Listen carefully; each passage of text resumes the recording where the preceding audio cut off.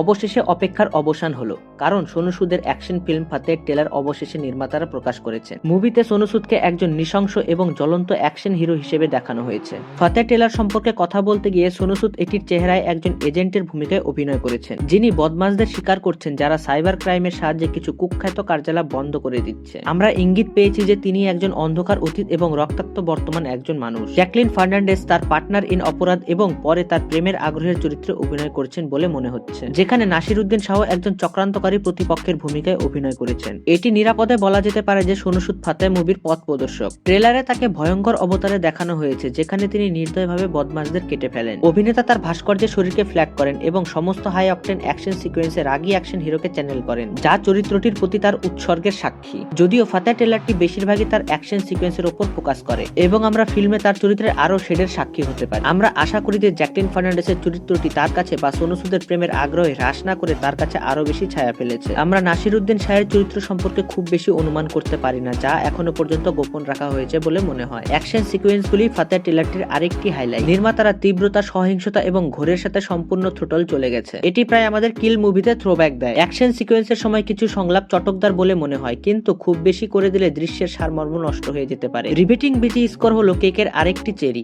মুভিটি পরিচালনা করেছেন সোনু সুদ নিজে এবং পরিচালক হিসেবে আত্মপ্রকাশ করেছেন। সোনু সুদ, জ্যাকলিন ফার্নান্ডেজ এবং নাসিরউদ্দিন শাহ ছাড়াও এতে প্রধান চরিত্রে অভিনয় করেছেন বিজয় রাজ, দিব্যেন্দু ভট্টাচার্য এবং শিবজ্যোতি রাজপুত। সিনেমাটি 2025 সালের 10 জানুয়ারিতে মুক্তি পাবে। তো বন্ধুরা, আজকের এই ভিডিওটি আশা করি আপনাদের ভালো লেগেছে। ভিডিওটি যদি ভালো লেগে থাকে তাহলে অবশ্যই বন্ধুদের সাথে শেয়ার করবেন এবং এরকম আরো ভিডিও দেখতে হলে চ্যানেলটিকে অবশ্যই সাবস্ক্রাইব করবেন।